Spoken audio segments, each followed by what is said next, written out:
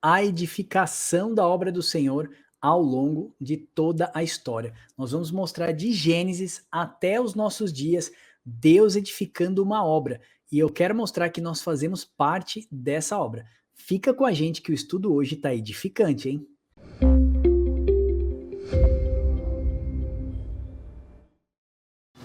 A paz do Senhor, irmãos e irmãs, tudo bem com vocês? Quem fala aqui é o irmão Anderson Medeiros, aqui do Rio de Janeiro, e eu estou convidando a todos vocês para estudarmos junto com o Papo com Deus. Vem estudar com a gente. Deus abençoe a todos aí, em nome de Jesus. Amém, amém. Faça igual o irmão Anderson do canal Tabernáculo Sagrado. Meu irmão, um beijo no coração. Deus abençoe você. O irmão Anderson é um cooperador nosso. O irmão Anderson é uma bênção. Nós andamos junto com o irmão Anderson. O irmão Wilber, que é do Rio de Janeiro, anda mais próximo dele ainda, né? Que é lá do Rio de Janeiro. Então, galera do Rio de Janeiro, vem estudar com a gente. Pessoal do Brasil inteiro, vem estudar no Papo com Deus com a gente, que aqui tudo é gratuito para edificar a sua vida. Seja bem-vindo, Wilber. Vamos entender esse estudo que está edificante mesmo. Olá, vamos entender esse estudo, como o Max falou, o Anderson aqui do Rio, e mais, né, não só do Rio, mas o Brasil todo. E ontem, na nossa estreia, né, segunda-feira do vídeo de Nimrod, estava incrível o chat com gente do mundo todo. É verdade, a gente tinha gente ontem da Angola, Moçambique, Portugal, tava uma benção. Irmãos, ó, aqui nós estamos deixando o link para você entrar no nosso site e poder fazer mais de 15 cursos gratuitos e também poder pegar e-books maravilhosos, mais 160 e-books que eu e o Uber escrevemos, ó, como esse aqui que você vai ver agora, esse infográfico incrível sobre a edificação da obra do Senhor ao longo do tempo. Vamos começar lendo Hebreus para a gente dar o contexto. Olha só, para a gente entender o que a gente quer dizer aqui hoje, a gente precisa fazer uma pontuação, que a gente chama do texto base. A gente vai ler Hebreus e vai ler o Coríntios para a gente poder entender melhor. Então, nós acreditamos que o autor aos Hebreus é Paulo, né? Hebreus 12, do verso 1 ao 3, diz o seguinte: portanto, também nós, visto que temos a rodear-nos tão grande nuvem de testemunhas, desembaraçando-nos de todo o peso e do pecado que tenazmente nos assedia, corramos com perseverança a carreira que nos foi proposta, olhando firmemente para o autor e consumador da nossa fé. Ele fala, olha só, se desembarace de tudo aquilo que é um peso para você. Por que peso? Porque ele vai comparar, né, essa jornada com uma arena onde tem corredores. Paulo, quando escreve isso, obviamente Paulo entrou em uma arena romana e viu, né, os jogos, como os Jogos Olímpicos, que começou na Grécia, né, Hilber? Então ele viu os homens correndo, se preparando, então ele fala, olha, desembaraçem de tudo, tá lá em Hebreus 12, 1, desembarace de todo o peso e do pecado que tenazmente nos assedia, ou seja, o pecado tá ali em cima de você, se desembaraça do pecado, se desembaraça daquilo que te prende, seja lá qualquer outro tipo de assédio que você tem, assim, que não seja somente o pecado, né, aquele assédio moral, assédio de qualquer outro tipo, e corramos com perseverança a carreira que nos foi proposta.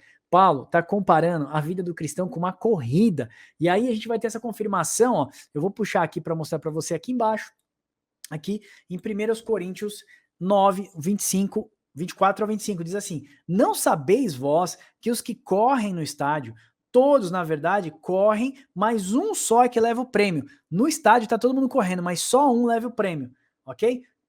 Aí ele diz assim, ó, correi de tal maneira que alcanceis. Todo atleta em tudo se domina, aqueles para alcançar uma coroa corruptível. Nós, porém, a incorruptível. Então, o Elber, ele faz uma comparação assim, vocês estão vendo que os atletas correm todos por uma coroa que é corruptível, né? Mas nós, na verdade, corremos por uma coroa que é incorruptível. Ele também faz comparação. Lá todo mundo corre, mas um só ganha. Mas no reino dos céus não é assim. Se todos nós corrermos, no final está nos reservado uma coroa de glória, não é isso, Wilber? Ele fala isso em Timóteo também, não fala? Sim, fala, perfeito. Eu até já preguei uma vez esse texto na igreja. Interessante que Paulo vai falar de se livrar de tudo que embaraça e o pecado, dando a entender talvez que você tenha que liberar o perdão, porque quando você não perdoa, você fica embaraçado, você fica com aquele sentimento de remorso. Então você vê que ele vai falar do pecado e daquilo que te embaraça. E do jeito de você se livrar daquilo que te embaraça é você perdoando aquele que te feriu, você perdoando aquele que tem algo contra você, né? Você libera o perdão e assim você está solto dessas amarras, né? E do pecado também. Uma coisa que o Max falou interessante é sobre essa corrida, né? Se os atletas que pegam uma coroa que é corruptível, eles se preparam, quanto mais nós, né? que temos uma coroa incorruptível, e Paulo vai citar isso em 2 Timóteo 4, né, que ele vai falar, a partir do verso 7. Combati o bom combate, acabei a carreira e guardei a fé. Desde agora a coroa da justiça está me guardada, a qual o Senhor, justo juiz, me dará naquele dia, e não somente a mim, mas também a todos que amarem a sua vinda. Amém. Olha só que incrível, irmãos. Então a gente já sabe que existe aí na obra de Deus, ela é comparada com uma arena. Nós estamos dentro de uma arena, né, Hilber? A arena dos gladiadores, se você quiser entender assim, ok. Mas uma arena de corrida também dá para você entender, porque você sabe que você não luta contra carne ou sangue, mas a gente luta contra principados e potestades nas regiões celestiais. Irmão, o diabo não tá no inferno, tá? Se você não conhece o nosso estudo do inferno, nós vamos deixar um card para você aqui em cima. Nós temos 4 estudos do inferno. E aí você vai entender para onde vai a alma daqueles que morrem, né? Depois que você tem uma separação abrupta desse corpo. Então, assim, você vai para um local e o diabo não está nesse local chamado Hades, ou Inferno, ou Sheol, né? Na antiga aliança. Ele está nas regiões celestiais, são principados e potestades, são dominadores do nosso século. Então, a gente vê que a obra de Deus é comparada com uma corrida e nós estamos dentro dessa arena. Nós somos os corredores. Os atletas, irmãos, hoje em dia, quando você assiste às Olimpíadas, eles se livram de tudo que embaraça eles. O que embaraça um atleta, Hilber? Peso. A gente percebe que tipo, eles depilam o corpo para poder correr mais rápido. A gente vê os nadadores, né? Aqueles homens que correm, fazem aqueles mega tempos, eles depilam também o corpo, colocam aquela touquinha para poder nadar melhor, ou seja, eles estão buscando o melhor tempo, e a gente sabe que todos eles que estão numa arena correndo ou nadando, eles todos estão disputando o maior prêmio, todos correm, mas só um recebe o prêmio. Já na obra de Deus, se todos corrermos, irmãos, todos nós receberemos o prêmio, o nosso galardão, né, a real vocação da nossa fé, que é a nossa coroa de glória, que é os nossos corpos glorificados, que é a nossa comunhão eterna com Deus e já não mais com limites, ou seja, uma comunhão infinitamente sem limites, né? Então os atletas, eles se livram de tudo o que os embaraça. O que embaraçam os homens hoje? Primeiro, pecado. O pecado nos embaraça, ele nos atrasa, ele bota um freio na vida do cristão e às vezes separa de uma comunhão com Deus até que eterna, se o cristão não se arrepende. Outras coisas, você vai ter mídias sociais, eu não vou falar os nomes aqui, senão a gente de novo vai ser policiado aqui pelo YouTube, mas você tem mídias sociais, né, que é um livro ali chamado Face, né, você já sabe o que eu quero dizer, né, Book, e outras mídias sociais que te prendem muito tempo, e aí você fala assim, você leu a Bíblia essa semana? Eu falo, não, nem tive tempo. Tem uns irmãos aí, Uber, que me procuram e falam assim, nossa, irmão, eu queria aprender tanto a Bíblia, eu queria saber as coisas que você sabe e tal. Eu falei, irmão, eu paguei um preço, tudo a gente paga um preço nessa vida. Ah, mas eu não consigo, não tenho tempo. Eu falei, veja, não precisa de muita coisa, assiste 2 vídeos por semana. Será que o irmão não consegue assistir 2 vídeos por semana? Não, eu consigo. Eu falei, assiste 2 vídeos por semana, são 9 vídeos nossos publicados por mês. Em 3 meses, irmão, com 30 vídeos, ou 27 vídeos nossos, você já vai estar apto a ter um bom discernimento das escrituras. Eu tenho certeza que você vai ler a Bíblia diferente, porque muitos pontos que alguns irmãos colocam como real, nós colocamos como espiritual, tem uma visão por trás de tudo isso. E você acaba à luz das escrituras, tendo uma revelação futura da obra do Senhor. Quando você lê lá, por exemplo, na antiga aliança, você vê assim, ainda que a figueira não floresça, Abacuque, né? Ainda que a vide não dê o seu fruto, ainda que as ovelhas sejam arrebatadas do aprisco, todavia me alegrarei. Não está falando só a vida ali de um agricultor, ali está falando dos últimos dias sobre a terra, né, Hilber? Está apontando para o Apocalipse. Aí você vai ter a conexão da igreja na última hora, você vai conseguir fazer um bom panorama das escrituras, quando você lê sobre estrelas, enfim, tantos conceitos que são espirituais, apontando para a igreja de Cristo, a sua glorificação, o seu reino, você vai poder se edificar melhor. Então, irmãos, nós precisamos livrar daquilo que nos embaraça, precisamos conhecer a palavra de Deus. Sabemos que vem dias em que haverá fome e sede da palavra de Deus, e nós precisamos estar preparados para isso. Então, nos foi proposto uma corrida, né? Essa corrida é do Evangelho, e esse prêmio final é a nossa salvação e é a nossa comunhão sem limites com o Senhor. No final, eu quero falar para você, então, o que é preciso para a gente avançar nessa obra. Então, para a gente poder mostrar para você essa timeline, eu quero dizer que a nossa conversa começa aqui, ó, no Gênesis, essa corrida, essa arena de Deus. Irmãos, entenda como esse ponto amarelo aqui, ó, a arena de Deus, tá? Toda essa linha amarela que você está vendo é a arena de Deus. A gente simplificou em 12 etapas, porque se a gente fosse colocar todos os personagens das escrituras, fatalmente nós ficaríamos aqui mais de 10, 20 dias e não conseguiríamos contar a história de todos, certo? Mas eu quero dizer que a nossa contagem começa lá em Gênesis, né? E aí essa obra foi plantada em várias sementes no livro de Gênesis, depois foi regado com os seus profetas e chegando em Jesus nós vemos a videira gerando muitas varas que precisam dar frutos. Logo depois do Gênesis, na continuação, né, em Gênesis ainda nós vemos a história de Abraão, Isaac e Jacó. Deus chama Abraão, que se posiciona na arena dessa corrida espiritual, cheio de desafios, mas focado no propósito do seu chamado. Abraão, sendo fiel, transferiu o bastão para Isaac, seu filho, e depois chegou até as mãos de Jacó.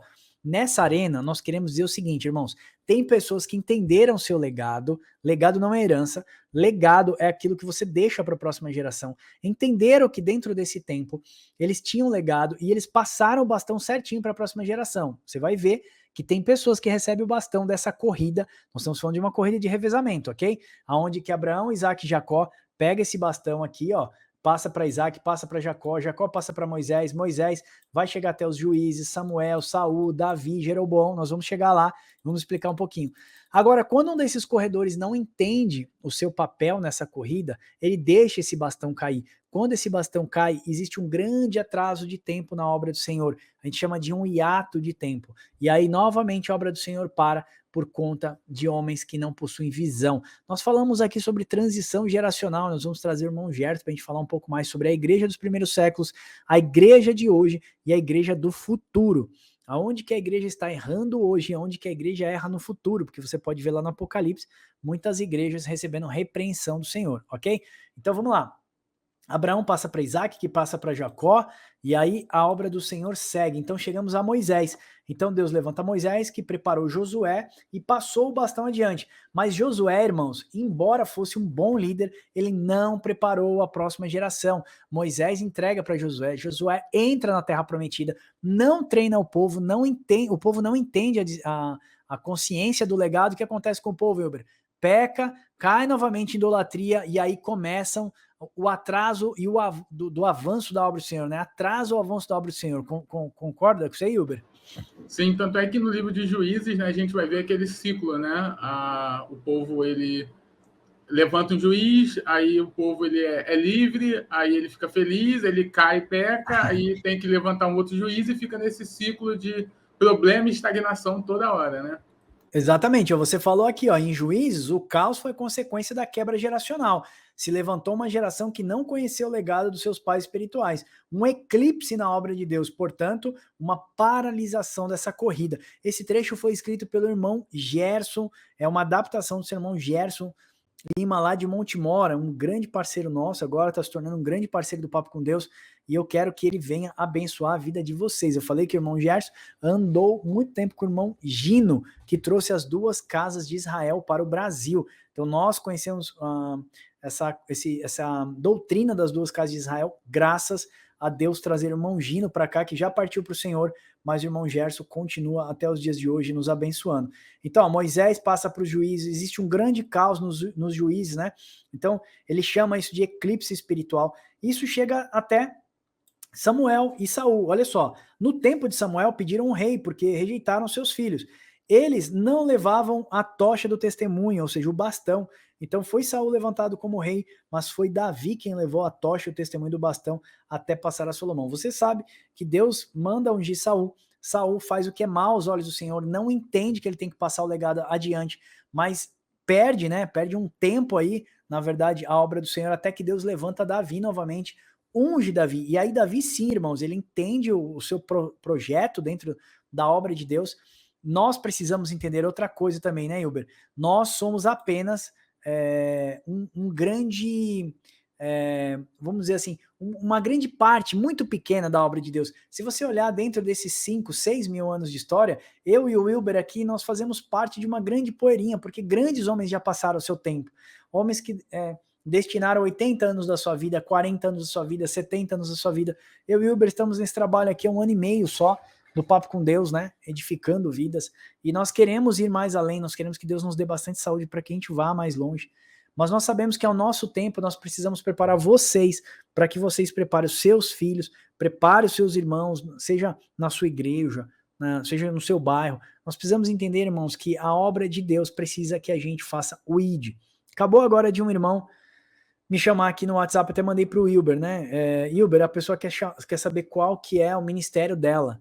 Ela quer saber se ela tem um chamado. Qual que é o meu chamado, irmãos? Será que eu tenho um chamado de Deus? Eu falei, irmãos, não existe isso. As pessoas olham o chamado como ministério. Todos nós fomos chamados, né? Acho que Marcos 16:15. Ide por todo mundo, fazei discípulos, né?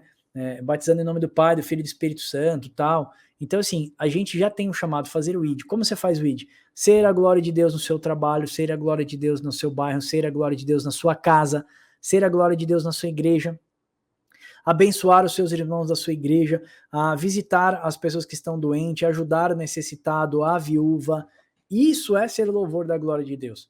Agora, se a sua igreja tem disponibilidade de ter um projeto missionário e você quiser ir, aí você pode ir mais além para um projeto missionário. Eu falei, não, espere, ministérios. Ministérios é uma coisa que o homem inventou e aí acaba criando, eu tenho um ministério de fazer tal coisa. Não necessariamente, irmão, você não precisa esperar que a sua igreja faça isso por você. Veja, Cristo é ungido.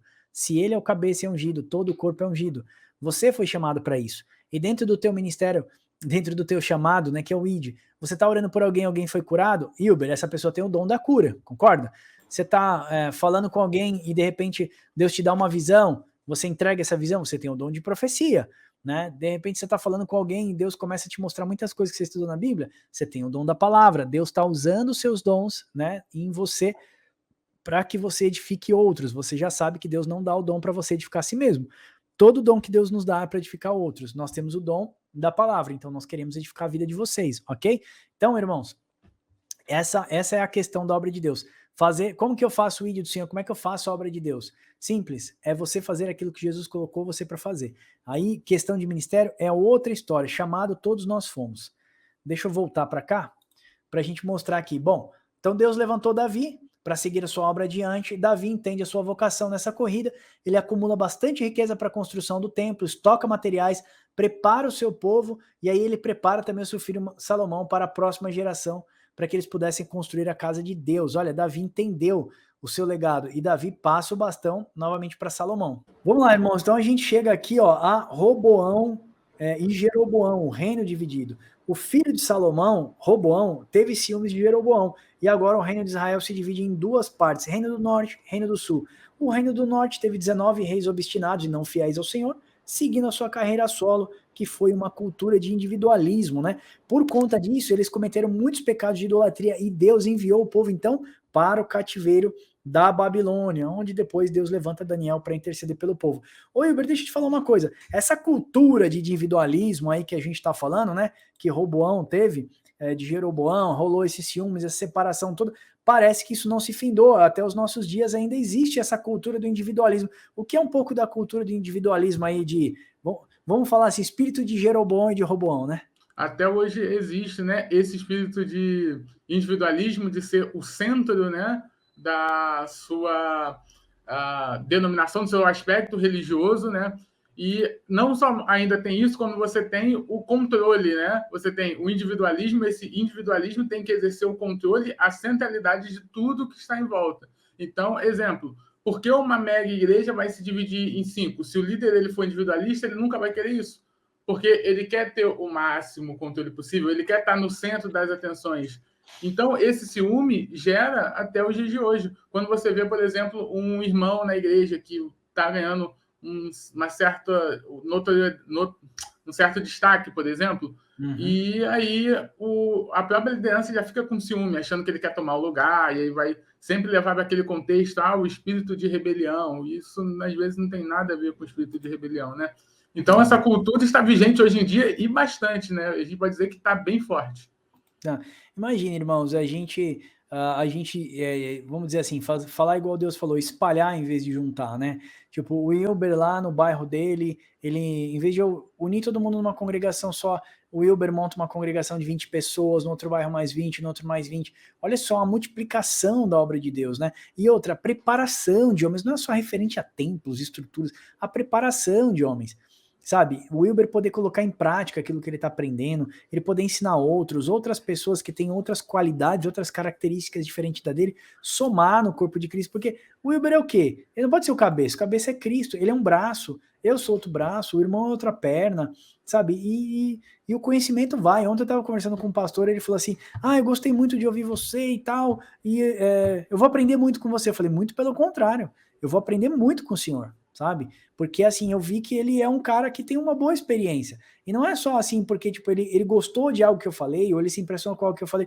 Eu não quero que ele se impressione, eu quero que a gente troque exatamente experiência para que o corpo de Cristo ganhe com isso. E o que o Ibra falou é verdade, os homens se sentem muito presunçosos, eles se sentem muito vaidosos e também muitas vezes, cara, tenho medo que, sabe, minha igreja seja dividida, mas a igreja não é sua, a igreja é Cristo. Quando começa nessa história, minha igreja, lascou, né, Ilber? O negócio vai por outro.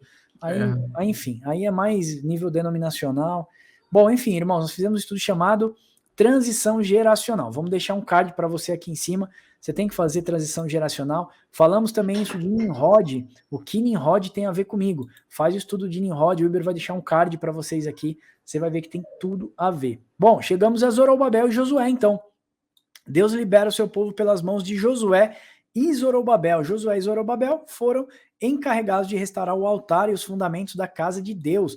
Logo depois, nessa corrida de Josué e Zorobabel, chegou na arena do Senhor Ageu e Zacarias. Irmãos, duas gerações diferentes, hein? Deus envia dois profetas, Ageu e Zacarias, sendo Ageu bem mais velho e Zacarias muito mais novo. O Senhor trabalha com as duas gerações, preparando sempre a próxima geração com a experiência da geração anterior. Ageu e Zacarias surgiram quando o povo desanimou e parou a edificação da obra. Irmãos, olha só que exemplo pra gente. Ageu era bem mais velho, Zacarias era bem mais novo. E mesmo assim, Ageu deu todo o seu exemplo para Zacarias, toda a sua experiência, e Ageu pôde ver o vigor físico de Zacarias para levar o bastão adiante. Eles não entraram em conflitos. Duas gerações, mais velha e mais nova. Eu vejo as pessoas hoje dizendo aí que os pastores pré-tribulacionistas, fulano que não tem a visão das duas casas de Israel. Irmão, isso não tem nada a ver. Nós chegamos até aqui sustentado por aqueles que nos trouxeram. Lembra que a gente falou? Se a gente está de pé aqui hoje, se a gente olhar para baixo, nós estamos sentado nos ombros desses caras que nos trouxeram aqui. Meu pai não entendia 10% das escrituras que a gente entende hoje. E nem porque eu tenho mais conhecimento que meu pai, eu vou menosprezar a geração do meu pai. Né? A geração do pastor Elias, que eu sempre falo, 76 anos de idade, que ele tem uma visão da década, por exemplo, de 1930, 1920, cara, 1940, por que eu vou menosprezar ele? Não faz o menor sentido isso.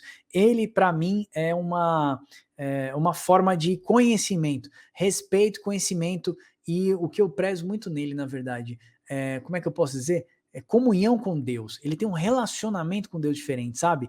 Minha mãe sempre fala, se o pastor dizer tal coisa, pode acreditar que Deus está falando. Então, assim, eu vejo isso, eu vejo o zelo, eu vejo o amor, eu vejo o respeito, eu aprendo com ele. A nossa geração parece que é um monte de gente de cavalo doido, né? Parece que solta um cavalo na arena, sai dando coisa para tudo quanto é lado.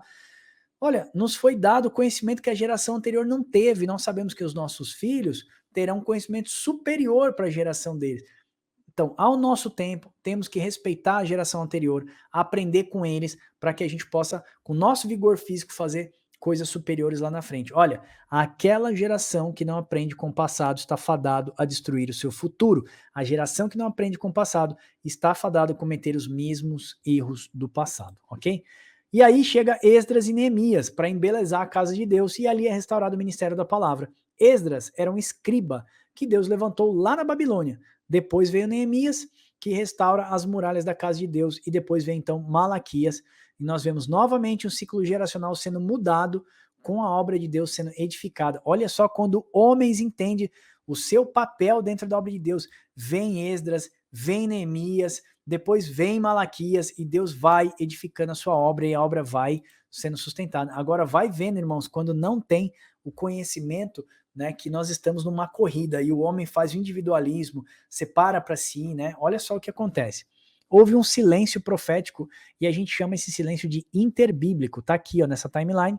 Na arena dessa corrida houve um silêncio profético, onde falsos profetas se levantaram e a obra de Deus ficou paralisada até a vinda do Senhor Jesus. Esse período ficou conhecido como silêncio profético ou período interbíblico, que teve uma duração próxima de 400 anos. Ô Hilber, esse período aí é basicamente um silêncio de Deus mesmo? Sim, ali é um período onde você não tem mais nenhum profeta levantado da parte de Deus, não, como a gente conhece no Antigo Testamento, tanto é que os livros apócrifos eles foram escritos nesse período. Você tem ali a literatura enoquiana, né? Enoque, você tem ali Jubileus, esses foram escritos nesses livros, e eles não entram como canônicos justamente porque você não tem esse reconhecimento profético quando você tinha, por exemplo, de Jeremias, Isaías e Ezequiel e por aí vai. Então você vê que realmente houve um hiato e houve um silêncio, né? Por mais também que a gente fale de silêncio profético, foi um período bastante agitado. Foi aí que houve a abominação no templo, né? Como Cristo fala lá de quem lê Daniel entenda, né? Que é apontado para o Antíoco Epífanes, a abominação isoladora, isso aí lá no santuário. Aí vem Judas Macabeus. Mas lembrando, toda a literatura que foi produzida nesse período não é considerada canônica, não é inspirada, não é autoritativa, como a gente chama, né? Maravilha, olha só que espetáculo. Irmãos, nessa arena de Deus nós chegamos no final aqui em Jesus Cristo e os discípulos, e aí nós vamos chegar para nós aqui, tá? Então veio João Batista pregando e preparando o caminho do Senhor Jesus, até que o nosso Salvador chega em cena para ser batizado no Rio Jordão, o céu se abre, o Espírito Santo volta a falar com o homem através de Jesus, e um novo ciclo geracional se inicia com Jesus pregando o arrependimento e trazendo luz para os homens. Olha só, Jesus não pregou outra coisa a não ser arrependimento, tá, irmãos? Então, assim, Jesus veio inaugurar a graça, tal. Irmão, ele entrou pela região do Decápolis dizendo assim, arrependam-se, o reino dos céus é chegado. João Batista falava, arrependam-se, raça de víboras, para que seja apagados os vossos pecados. Hoje em dia, os homens dizem o que, Hilber? É graça, não precisa fazer nada, não. Jesus Continua do jeito que você está e pronto. Vem do jeito que está e fique como está. Irmãos, não é isso, não existe graça sem responsabilidade, né? Nós temos que ter a responsabilidade. Então, pregue o arrependimento todos os dias. É referente a arrependimento. O evangelho de Cristo não é a respeito de outra coisa, ok? Bom, aí você vai dizer assim, tudo bem, nós chegamos em Jesus Cristo e esse bastão vai chegar para a gente aqui, nos nossos dias. E o que é preciso para que eu e você venhamos fazer a obra do Senhor avançar? Da mesma forma que nós lemos no começo, o autor de Hebreus já fala isso, irmãos. Livre-se de todo embaraço, se dedique como atleta. Você não pode ter uns quilos a mais, a sua veste tem que estar preparada, não pode ser qualquer tipo de veste para você fazer essa corrida. Então, o que significa vestes? Você já sabe que vestes vestes brancas na Bíblia aponta para símbolo de santificação. Exatamente. E veste suja, você sabe que é símbolo de pecado. Então, irmãos, se livre de todo pecado, abra mão dos seus prazeres, lute pela santificação, prepare-se na palavra e no espírito. Uns vieram antes de nós, e eu acho que a gente tem que entender muito isso, ó. Uns vieram antes de nós, outros nos aguardam lá na frente, e se nós formos infiéis e indisciplinados, nós vamos novamente retardar a obra de Deus. Nós vamos criar o quê? Um grande eclipse geracional. Deus conta comigo e com você, para que a gente, venha se esvaziar, para que o Espírito Santo possa nos encher, para edificar outras vidas, para que essa vida possa edificar outras vidas. Irmão, o evangelho de Cristo não é referente a eu, o evangelho de Cristo é referente a nós. Eu sempre falo assim, eu até brinco, né? O evangelho não sou eu, o evangelho é você. Por quê? Porque eu tenho que abençoar você. E o Hilber tem que abençoar o outro. E se o outro entender, ele me abençoa. Esse é o objetivo, é sermos servos uns dos outros. Cristo veio aqui como servo. O Filho do Homem naquele momento não veio julgar. O Filho do Homem naquele momento veio servir os homens. É claro que ele virá agora como Deus que vai julgar. Nós vemos isso no Apocalipse, seus olhos como chama de fogo e tal. Ele vem. Ele vai destruir o ímpio e vai glorificar os santos. Então, irmão, pelo amor de Deus, a obra de Deus não é referente a você. A obra de Deus é referente a nós. Na verdade, você deveria pensar assim, a obra é o outro, nunca sou eu. E cuidado de uma coisa que o pastor Felipe sempre me falou, Felipe Moraes sempre me disse, Max, cuidado com os afagos do YouTube, cuidado com mensagens bonitas no WhatsApp, vocês são maravilhosos, tal. Sabe por quê? O nosso ego acaba enchendo. Eu tenho uma pasta assim que eu guardo os melhores testemunhos, porque quando eu tô bem triste, eu olho essas pastas e isso me motiva. Mas o Wilber veio aqui em casa, eu mostrei para ele, nós temos uma pasta Tristemunhos, né? Tristemunhos. É isso, meu Deus. Tem pessoas que xingam a gente, teve um cara que falou que ia me matar se eu estivesse no Oriente Médio, lá eles decepam a cabeça, né, faz umas coisas malucas. Então, assim, a gente também tem essas coisas, sabe? E a gente guarda isso. Eu fiz um estudo aqui chamado Ovelha Matando Ovelha. Ovelha matando ovelha. Quando a gente vê um lobo matando ovelha, é uma coisa normal, né, Hilber? A gente sabe que o lobo nasceu e ele é um carniceiro, ele vai comer, né, a ovelha, que é a ovelha mais frágil. Agora, quando a gente vê uma ovelha que foi feita para pastar, comendo o mesmo pasto que a gente come, matando outra ovelha, a gente se preocupa. Esse cara não entendeu que ele está dentro de uma arena, que ele não está correndo contra esse irmão. Nós todos corremos para um único objetivo, a real vocação da nossa fé, né? Nós precisamos entender a real vocação da nossa fé e corrermos para o alvo, se livrar de tudo aquilo que nos embaraça, principalmente do pecado. E outras coisas que nos embaraçam, tempo. Eu não tenho tempo de ler, não tenho tempo de estudar, já falamos isso aqui. Você tem tempo, você está sendo mau gestor daquilo que Deus te deu. Você é mordomo de tudo, e a coisa mais preciosa que nós temos nesse mundo não é o dinheiro, não é nada, é o nosso tempo. O diabo sabe disso. E não é à toa que nós temos tantos sistemas on demand para você assistir filmes, se edificar e tal, mídias sociais. Você não tem tempo para nada, porque você está preso dentro de um sistema. Sai dessa matrix, vem para dentro das escrituras, e eu tenho certeza que você, ao seu tempo, vai ser um bom corredor no seu bairro, visitando órfãos, viúvas, necessitados, ajudando na sua igreja, sendo missionário onde você puder ser um evangelista, ok? E se sua igreja entender que você é um cara com muita oportunidade, com bastante qualidade para avançar a obra de Deus, vai colocar você em algum ministério dentro da igreja, mas você não anda por ministério, você anda pelo ID do Senhor, e o ID do Senhor é: seja o louvor da glória de Deus onde quer que você esteja. Certo, Hilber? Certo, isso aí, Max. Como você bem falou, a corrida não é contra o outro, né? O problema é que tem muitas pessoas do meio evangélico que acham que a corrida é contra o outro, é contra meu irmão, e a corrida não é contra outro, né? Como você falou, a corrida é contra 3 adversários. Quais são eles? Eu mesmo, minha carne, o mundo e o diabo. São esses 3 adversários no qual eu estou correndo contra e no qual eu tenho que me apresentar como Paulo se apresentou e falar no final para Cristo, né? Me apresentar diante dele e falar: combati o bom combate, guardei a carreira.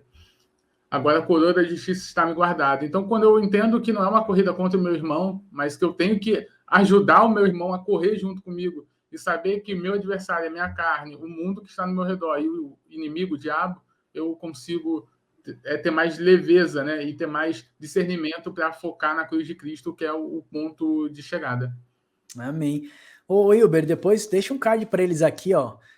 Aquele estudo nosso chamado Gigantes, a luta do meu eu contra mim mesmo.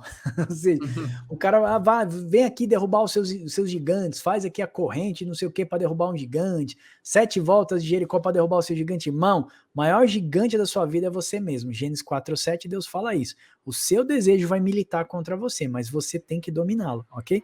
Então, primeiro gigante, igual o Hilber falou, muito bem colocado, é você. Então, ó, faz o estudo aqui também, Gigantes, a luta do meu eu contra mim mesmo. Um estudo muito bom.